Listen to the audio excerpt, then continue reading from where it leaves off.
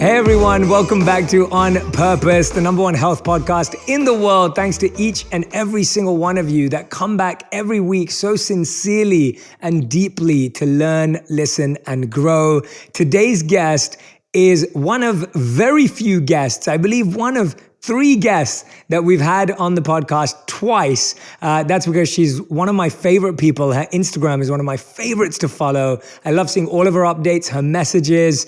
We've stayed in touch for the last 2 years since she came on the podcast for the first time. I'm talking about none other than Gisele Bundchen. And for those of you that don't know, for the 2 people listening, the 0.2% of people listening that don't know, Gisele Bundchen is one of the most successful supermodels of all time. She's a mother and author, and this is one of my favorite parts about her that I see her doing more and more today. She's an incredible philanthropist and global environmentalist.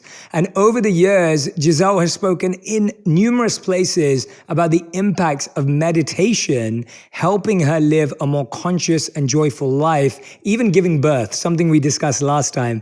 And these key insights are shared in her New York Times best-selling book, Lessons, My Path to a Meaningful Life, which is an incredible read. I highly recommend you read it if you haven't. And as a longtime meditation practitioner, Gisele believes we're all divine beings, and that when we quiet our minds, we will find that most of the answers we seek are already there inside of us. Gisele, welcome back to the show. And we've already started, so we're already fully equipped. Oh, thank you, Jay. So nice to see you, and always so wonderful to share and to talk with you. It's. I wish it was in person, but hopefully next time. Get to give you a big hug, you and your lovely lady. We'd love that. We'd love that. But no, it's so good to be back with you, and just, you know, what we're just talking about naturally right now as well. I think the world's had such a difficult year. Everyone's had a difficult 12 months. No matter who you are, everyone's had a challenging time. And you were just saying that you've almost just reunited with your family after 2 years. I mean, that must have been such a emotional feeling. Like, what was that like to see your family after 2 years? You know, it was beautiful. And I think that, you know, sometimes we take things for granted, right? Like, and I think when you don't get to see your parents for almost 2 years and the people you love the most, and you just realize how, you know, what a gift is every moment that you get to spend, you know, that every moment that we are alive, every moment that we get to spend with the people that we love. And that you just realize what a gift our family, our loved ones, and what a wonderful thing is to feel the warmth of a hug and a kiss, and to be able to be surrounded by, you know, by love. And I think, you know, as humans, we are people who are meant to be living in community. We're meant to be, you know, touching and holding and loving. And I think, you know, that's essential for our well-being, for our mental health, for our life, you know, for us to. Yeah. So it was wonderful. I just have so much gratitude, and just having to, you know, having this time with my parents is extra time, because in Brazil is winter right now, and being able to bring them here with me and have them with me for the next, I'm actually going to be with them for the next 2 months. I just feel like the luckiest girl in the world, you know? And so I'm just going to hug them until they're sick of it. They'll be like, get away from me. I'll be like, no. I'm glad that we could give them a bit of a break by you coming on the podcast. So they were probably really happy. Exactly. They're like, just get away from us for a second. We can't take you anymore. No, it's wonderful. And just to sit and talk with them, you know, it's like, I think to honor them, and to, you know, how often do we get to have deep conversations with our parents, you know, and to listen to their life stories. I think we're diving really deep into that. And I think for my dad, something came up where he felt the necessity. I think he realized how fragile, like he was like, oh, it can happen at any moment, you know, something can happen. And he felt like he wants to write his story about, you know, he was telling me things about his childhood and how he grew up, and about his father and about his grandfather. Because, you know, we are also our ancestors, you know, like the only reason why we are here is because of them. So there's pieces of them in us, you know, and to learn about those things that he never, you know, there was never an opportunity, or it never came up that he had a desire to talk about those things. And now he does. So that was, a gift that came from that, because I think there's always two sides to everything. I think something is, there's always the yin and the yang, and I feel that that was the something that came very strongly from my dad, this deep desire to share more. And I'm grateful for that, because I'm learning a lot more about him and why he is the way he is, and which in some ways is why I am the way I am, and my mom, because so it's amazing. It's been kind of like a wonderful dive into in a way a deeper relationship with my parents. So I'm grateful for that. I love hearing that. I think, I often think that my parents as well, they don't really tell me a lot about their childhood because they don't think it's that interesting or important, or Yeah. they just see it as normal. And as I've got older, I've realized that actually hearing about your parents and how they grew up and what made them what they are is such an important activity and exercise in the development of the children, Yes, absolutely. and for their own healing and development too. So I'm so glad you raised that, because I'm hoping that listening to that, people are going to ask their parents a lot more questions, and kids are going to go up to their parents and say, "Hey, tell me about this," or "Tell me about that." Yeah. I feel that it's definitely been like a wonderful experience for me, and I think it also definitely makes me feel like, the impact that we have in our children, really, without knowing, like, them sitting here and looking back and saying like, wow, we wish we would have done better. And I think it's not about judging ourselves, but it's about, recognizing that we are all learning. Because I think when you're a kid, you look up to your parents and you figure like they know everything, right?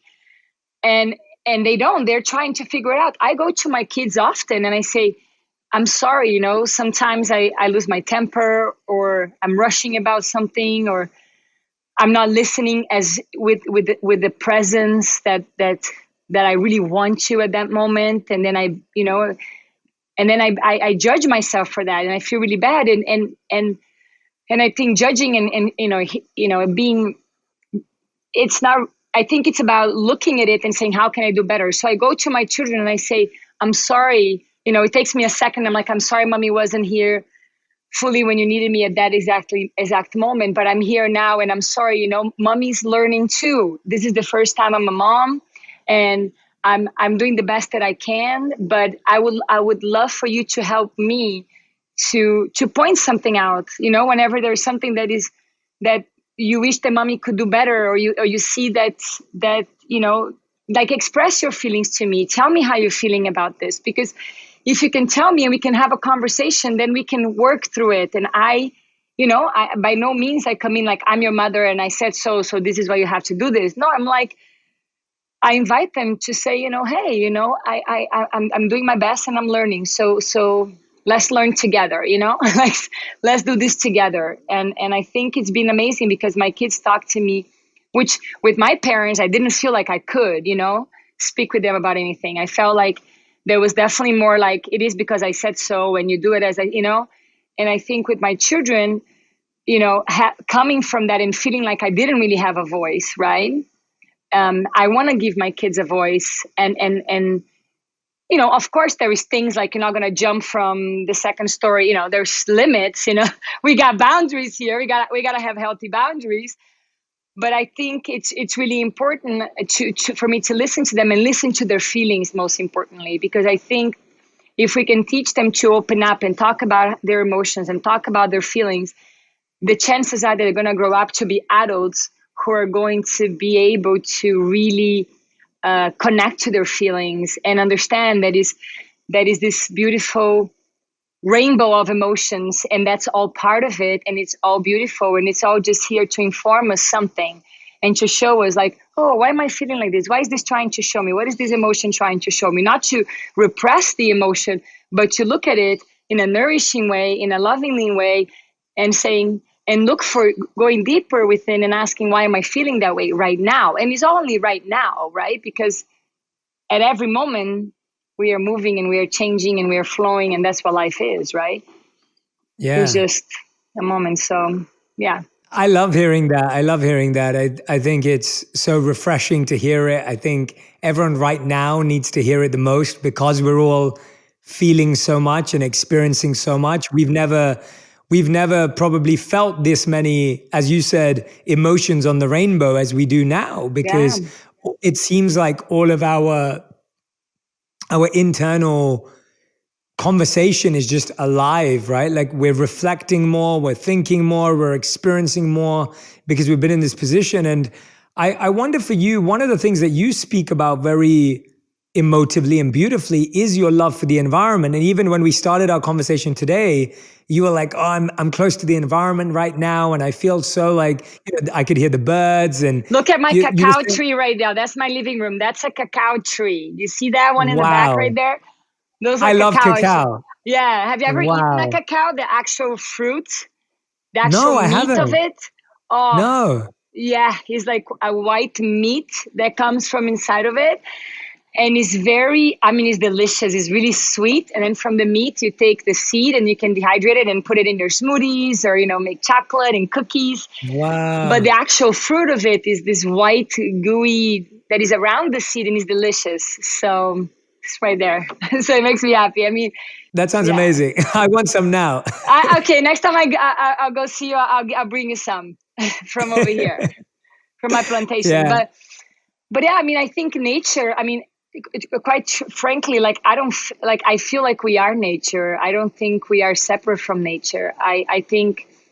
Um, I think when we forgot that we were nature is when we start creating all the problems that we are living today. I think when we thought that we were separate and more powerful and somehow we could control nature, or we could just, or the nature was here for us to use, you know, it's I think when we got out of balance, I think this I think to be able, if we can go back to this respect and this love and this feeling of connection to nature, we can then really find this connection and this feeling of love for ourselves, because I think it's intertwined. I think that nature is here as the highest frequency of a living being, right? Nature, it's our biggest teacher, because she's in balance. If it wasn't for human activity, right? She's perfect. Like in nature, everything works out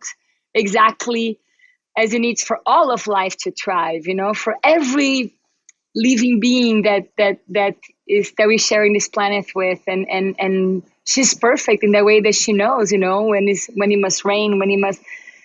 It's just that, we as humans, I think, unfortunately, greed and this desire for control and to conquering, I think hopefully we're shifting more to a time of collaboration, and I think we need them more than ever now, of coming together in unity and community, and I think if we can do that, we can really live much happier lives. That's what I think. I think you're right. I loved what you said there about how nature knows exactly what to do when, Yeah, and it's all intertwined and connected, because I often think like everything in nature is serving. Like absolutely. Yeah, everything in nature is always giving, like a tree is giving shade, and a fruit's giving taste, and a flower's giving a scent, and like everything in nature is giving, serving.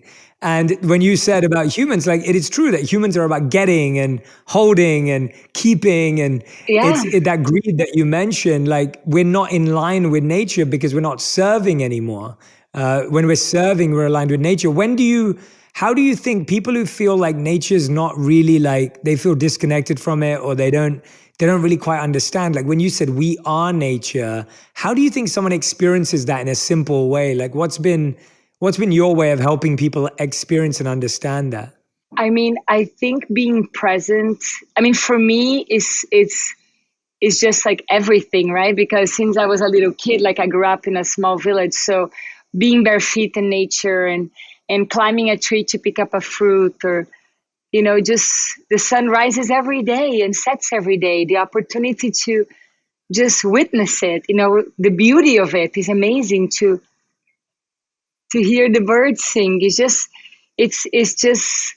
I feel like it's always here reminding us, be present, be here, the wind in our face, it's just feeling the sun, like, even when it's freezing outside and it's snowing outside, you can feel the sun in your face. Like, how is like a warm kiss, it's all these elements, everything it's here. It's like the grass under your feet, feeling the earth, the coolness of it, feel like how it supports you, feel like, I don't know, for me, everything about nature is the gift, everything. I mean, every moment I look at the food in my plate, I'm like, wow, look at the variety of fruits and flavors and colors. And I mean, like just in a salad, you can have like 10 different colors of greens and oranges and carrots and beets. And I don't know, it's like, it's abundant. That's the thing I think we have to remember, like, because you understand that we are co-creating our reality, and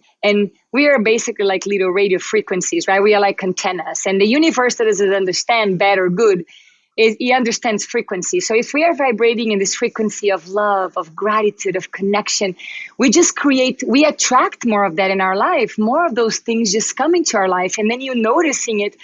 You can eat a plate of food, just swallowing it without like appreciating, and that's not going to bring you joy. Or you can eat it with like gratitude for every little, for the farmer who made it possible to be here, for the sun who nourishes, for the soil who nourishes, for the bee who pollinate, for all of this.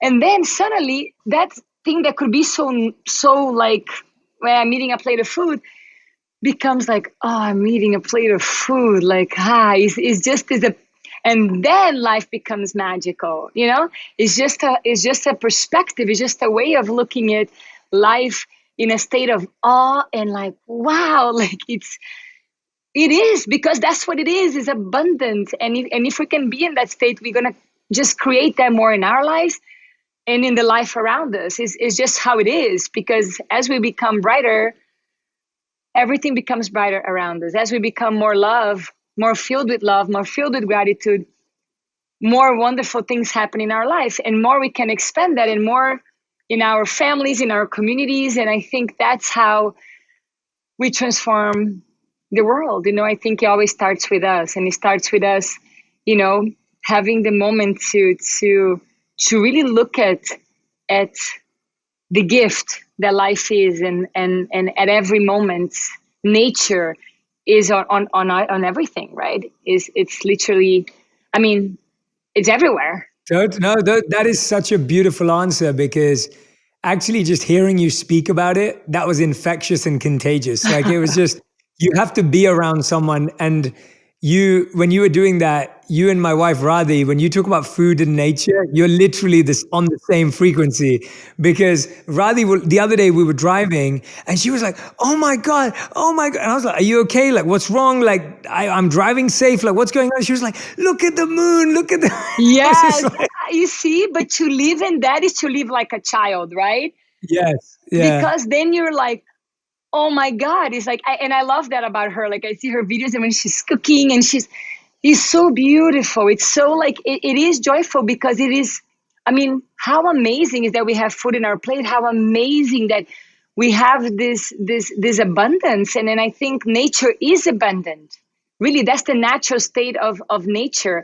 And I think for us too, as humans, I think that's who we are, if we are in balance, if we are connected to our spirit, to our essence, and not to all these different things from outside. Because usually, I don't know if you notice, but like, if you watch bad news, suddenly you're having a great day, then you watch a bad news, and then suddenly you're consumed with fear. And then now, like, your state of your emotions and everything has changed, and now you're in the dumpsters and you're stuck there, and you're like, so I feel it's like, one thing that's very important is to like witness, to see where your attention is going. Like, where is your energy? Check in with yourself. Am I vibrating in what frequency? Am I vibrating in fear? Am I vibrating in love? Maybe put Post-it notes in your house, in your mirror, in your fridge, some places in your house, just asking yourself this question: in what frequency am I connecting with right now? And then just to be aware of that, because I think the only people is like the way you shift the channel, right? You switch the channel in the radio station as you're driving, and suddenly you listen to an awesome song, and then like some song,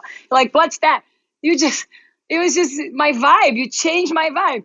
You switch the channel, and now you go back and you find the vibe you want to be in, right? You're not gonna sit there listening for 2 hours to a song or whatever for however long this song that is like, you're like, oh, this song is giving me a headache, right? You're gonna change the station and you're gonna tune into a new song that vibrates with the frequency that makes you feel good, so you can be in your car singing, and having fun. So I think that's the same thing in our life, right? We are experiencing something at every moment. Things are coming at us, situations, we are experiencing a variety of emotions and feelings and situations throughout the day. And I think if we can check in with where our frequency is, and decide then consciously being present to understand where it's taking us. And if we want to be there, then that's okay. But if we don't want to be there, to shift that and change, that frequency. So, when did you discover meditation as a tool? Is it something you always had? Is it something that was new? And where did it develop? Because I know you've meditated for a long, long time now. And, we spoke about that at length last time when we connected over it. But please tell our audience, where did it start, and what path have you taken with it? What role does it play in your life? I mean, meditation is like one of those tools that I'm very grateful I have in my toolbox. We go through life and we go through different challenges, and then we acquire different tools to deal with whatever situation we are going through at that moment. And I think meditation was one of the most precious tools I acquired throughout my journey here. Over almost 20 years ago, in my early 20s, I had severe panic attacks and depression, and I didn't really know what was going on with me, because I looked at my life and I was like, everything is perfect, but I was feeling depressed, and I developed a very intense anxiety for like over a year. I was dealing with it, and meditation just came into my life then, and not only meditation, it was actually yoga at first. And I started practicing yoga, and then because I was having this depression and severe panic attacks, I shared with the teacher what I was going through. She's like, actually, the best thing for you would be, let's start with pranayama, to alternate nostril breathing, most specifically, to help you get back into your body and balance your left and your, it's so good to like just get you centered. And then we're going to do some meditation, and then we're going to do the asanas, which is the movement. So my hour class was like about 15 minutes of pranayama, 15 minutes of meditation, and then 30 minutes of the asanas. And that's how I started my meditation practice. Almost 20 years ago. Oh my God, I can't believe it. Like, Lord. Wow. Yeah, I know, time flies. And since then, it's been an incredible tool in my life, because I went to every doctor, everything to try to deal with what I was going through. But after about 2-3 months of practicing daily, it's the commitment you make to yourself. It's like nothing is going to happen if you do it once in your life and you're like, why it didn't work, right? It's like everything else in life. If you want to achieve something, it takes focus, it takes dedication, it takes commitment, right? And I committed myself to that, because my other option was to feel, I didn't really have another option. I felt like either I was going to die of or that was my way. I chose life. I chose to do something for myself every day. I felt better and a little better and a little better. And then after that, to be honest with you, I cannot live without it. So I would say it's an essential part of my life. I wake up, especially after becoming a mom, where like your time is no longer yours. There's a part I say is like, after you become a mom is a rebirth, because there's a part of yourself that dies for this new you to be born. Because before it's all about, what you want to do and you want to do it. Yeah, sometimes you make, you let your husband decide, but mostly, you kind of do what time you want to eat, what time you're going to go to sleep.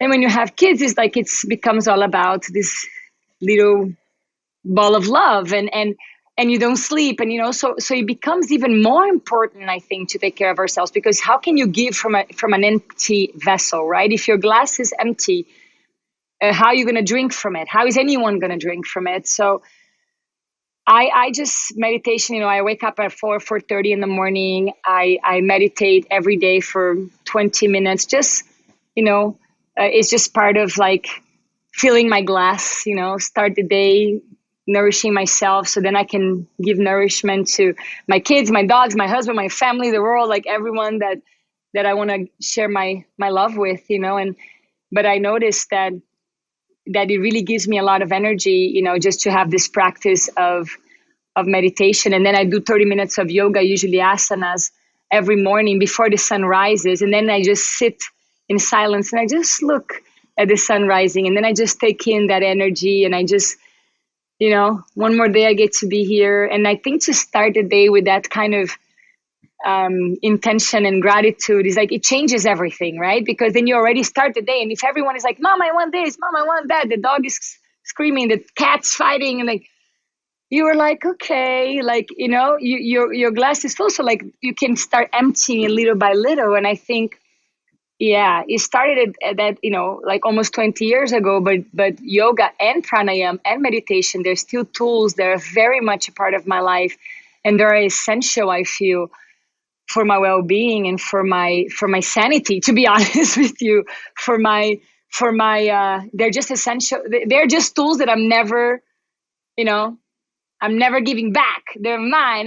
Yeah. I'm like, I really use those tools a lot, and I'm very grateful I have them. So. Yeah, well, I think anyone who's done something for 20 years Yeah. is proof that, it's like you don't let something last for 20 years if it's not really improving your life. I wonder, I'm asking this as advice for when me and Radhi have kids. How do you introduce your kids to meditation? Do you wait? Because it feels like sometimes children feel forced into these things and they feel like, it's not obviously creative for them. Have you introduced them to it? I wonder.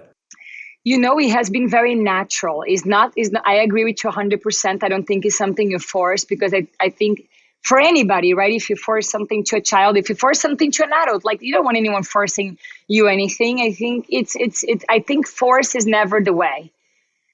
I think the example is always the way. So for example, my kids, I have a picture, it's so funny, of my daughter because I was practicing yoga, obviously, with my kids when they were in the belly and when they were babies. I have this funny picture. My sister actually took it. I was so happy she was there.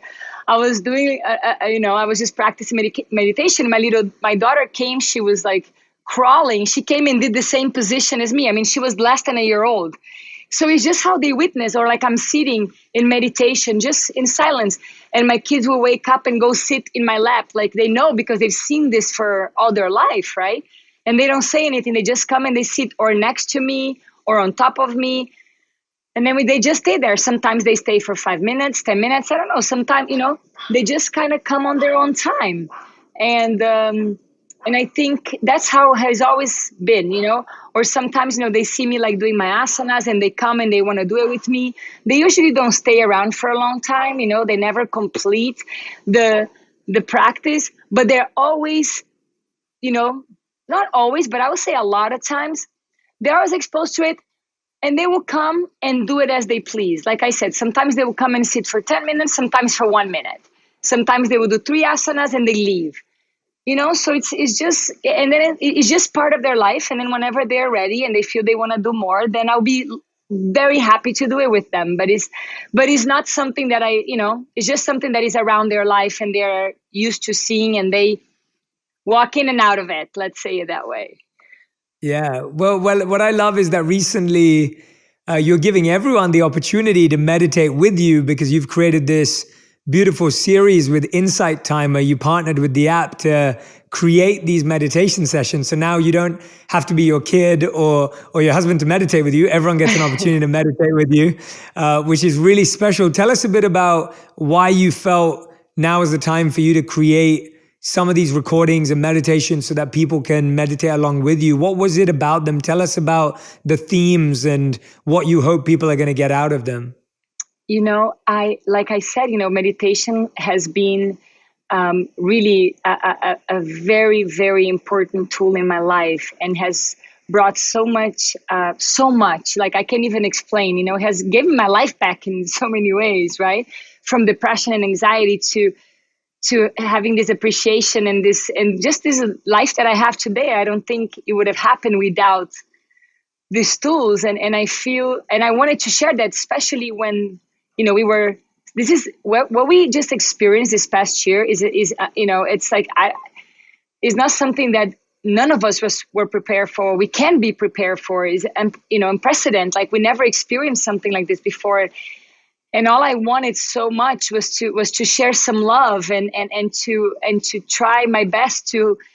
And what it is, like, anything that helps me, I always want to share with people that I love. Like, I want to share with my sisters. I want to share with my friends. And I feel like meditation was such a powerful tool that transformed my life more than anything else. And I felt, how can I share this with as many people as possible? And I chose in the whole idea with Insight Timers because it was it was for free, right? So everyone could access it. And I was like, but it was also it was also a challenge for me in some ways because I was coming from this deep desire of how can I share, but I usually meditate in silence, right? I have used Insight Timer for years, just the basu, and then I usually like to choose the sound of monks or the sounds of nature.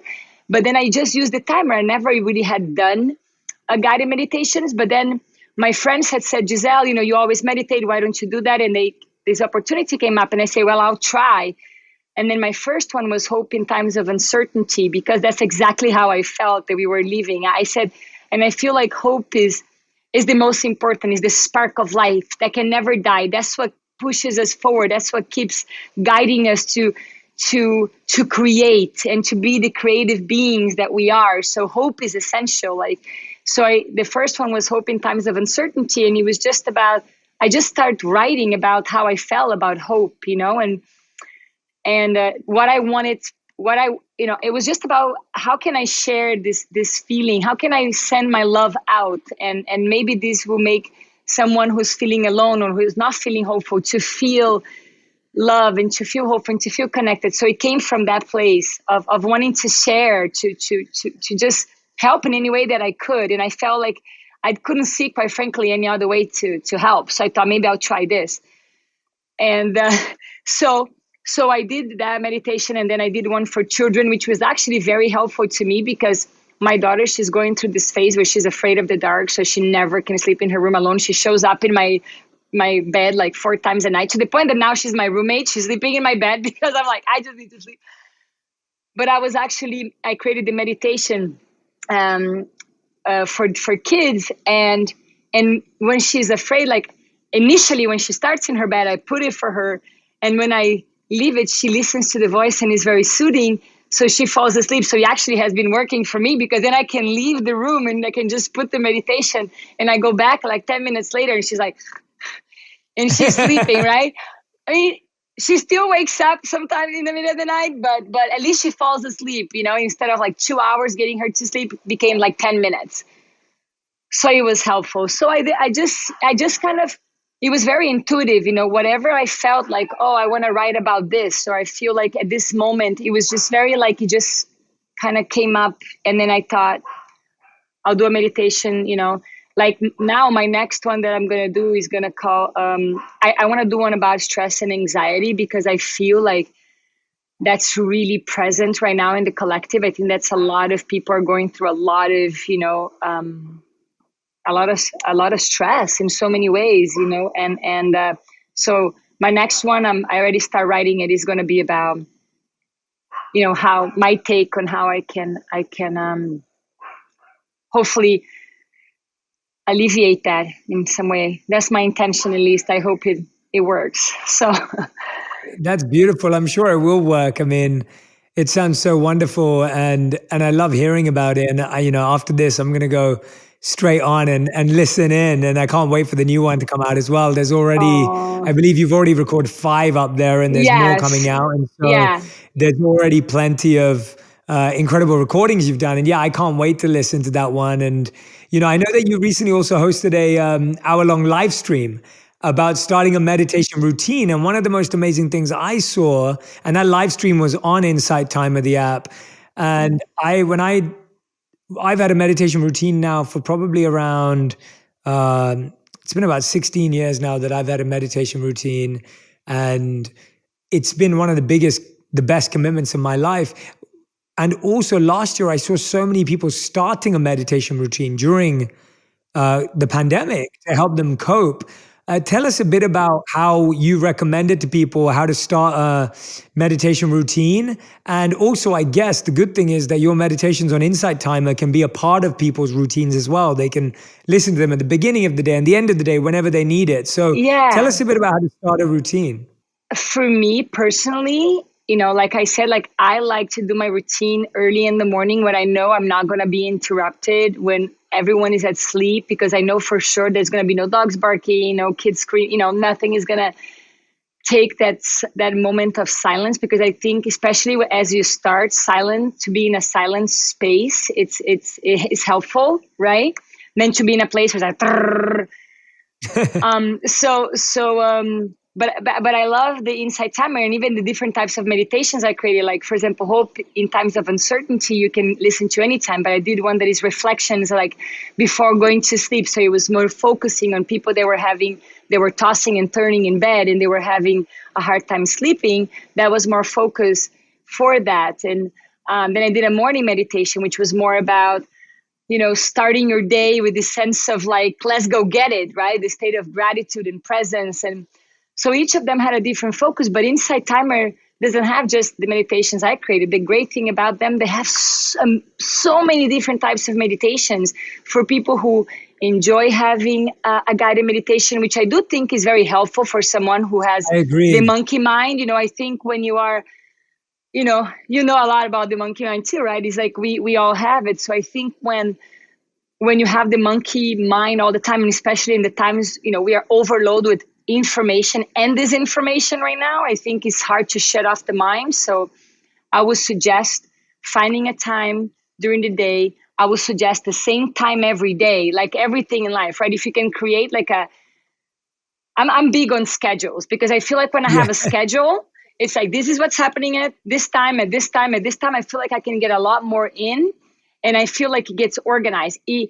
Within the schedule, there is flexibility, but it's nice to kind of visualize and write it down and organize it. Okay, at this time is the best time, because then you also give yourself best chance of succeeding, right? Because like for myself, I know that the best time for me will be early in the morning, because that's in my life what works best. But I think every person has a different lifestyle. So I think it's about really being honest with yourself. And when you are writing down your schedule of your day, to figure it out what's the best time for you. And then I would suggest to do it at the same time every day. And I think, if you can start with a guided meditation, and then once you feel very comfortable with that, you can, like I really enjoy just sounds of nature, or, just put a timer. So that for the next 10, 15, 20, 30 minutes, however much time you decide you're going to do. And I don't think there's any right or wrong, how much time you do it. I think the longer you do it, the more benefits you will feel, but I think more important than the length is the consistency, I would say. Yes. Because I say it's more about, it's like you brush your teeth every day, right? It doesn't work if you brush your teeth 10 times tomorrow, but if you didn't brush it for like 10 days, I mean, imagine the situation of your teeth. So it's kind of like the same thing. It's like if you don't sleep every night, you don't get to recharge. And I think in the same way I see meditation is almost like the same benefits that sleep gives to your body, which is allowing it to rest in your mind and to recharge. Meditation does for your brain, for your spirit. It allows it to like release all that chatter. And I think that's what it's as important as sleeping, it's as important as eating. I mean, to me it is. And I feel like when you find, that's why I'm doing it for almost 20 years.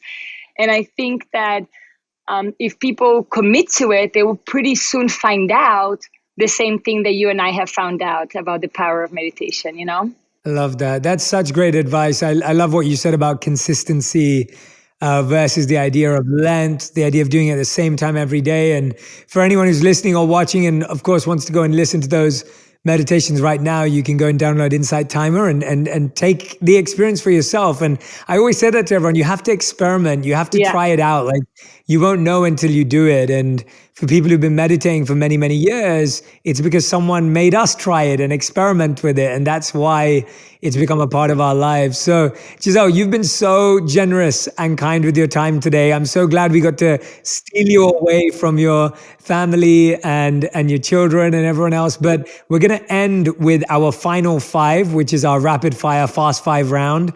So Ooh, every great. question has to be answered in one word or one sentence maximum. That's it. Okay, one word or one sentence. Let me try that. Okay. Yes. All right. Are you ready, Gisele? This is your final Let's five. go. Final five.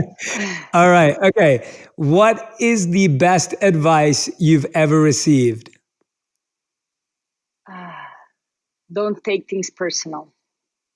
Oh, that's really good. I like that. What Yeah. is the worst advice you've ever received? Oh my God. You Worst you blocked advice. it out. You I blocked it probably out. blocked it out. I don't know what's the worst advice. I guess I didn't listen to it. I was like, Yeah. nah, I'm not going to listen. I'm not going to remember. That's not worth it. I love it. Question number three. What is your current purpose? How would you define your current purpose in life? To be the best version of myself. I love that. All right. Question number four. What's something that you're trying to learn right now? Everything. Whatever comes my way. No, I'm trying to learn how to, the most impactful and fastest way to regenerate our planet. Yeah, I love seeing you share about that. I'm excited to see what you uncover. Fifth and final question. If you could create one law that everyone in the world had to follow, what would it be? When you give is when you receive. I want to say, like, how can I say this the best way? It's like when we can give from like this place of our open heart, right? I know it's one word, but it's hard to say that. It's, I guess, in one word, it's giving is really receiving, right? It's like, I think the more like the joy that comes from giving is the gift, right? Is the biggest gift. So when we can, that was not one word. It's like, No, how do no, it I do doesn't that need to be in one one word? word. No, it doesn't need to be one word. That's right. There was just one law. If everyone had to do one law, so you were right. It doesn't have to be one word. One sentence, fine. Discovering that the receiving is in giving, right? Like, does that make sense? Like, I want to say, like, giving is the actual gift. Is when we can just give from our heart, the joy that comes from that. It's the most, is the biggest gift we actually give ourselves, I feel. It makes perfect sense. It makes perfect sense. And that would be an amazing, amazing law. Gisele, you've been so wonderful and gracious again with your time. And I literally, your energy is infectious. Like through the screen, I'm like, it's so contagious. I feel like there's no way I can't not love the environment now. There's no way that I can not meditate. You've removed all excuses, and I love seeing you. I saw you post on Instagram the other day about how you and your children rescued a baby hummingbird, and it was just so beautiful to see. Like I love what you share, and I'm just so grateful that you exist, and I'm so happy that you share so openly and abundantly with the world your energy and what you're sharing with your children. So, thank you so much. I appreciate you and your time so much. Thank you, Jay, and I appreciate you and all you do. Thank you so much, and have a beautiful day. Lots of love to you, and lots of love to everyone listening. And I hope you all try meditation if you haven't yet. Thank you, Gisele. Thank you so much. Bye, I honey. want to Take thank you care. when you came on my podcast last time.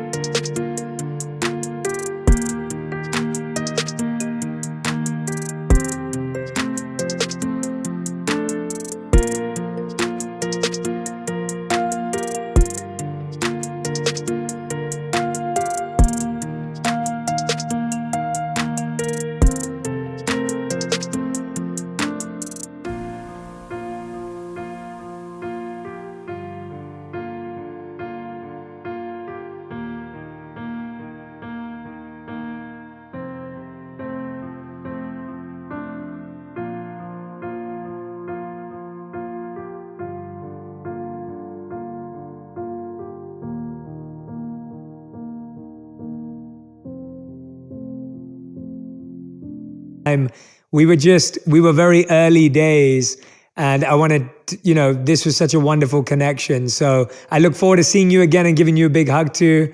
Give my love to the family. Yeah, Lee, And give my love yeah, to yes. thank And you. I want to know when you guys are planning a growing family. Please, you guys gonna have the best babies. We're coming for tips. We're coming for tips. Okay, So let me know. Let me know when you're ready.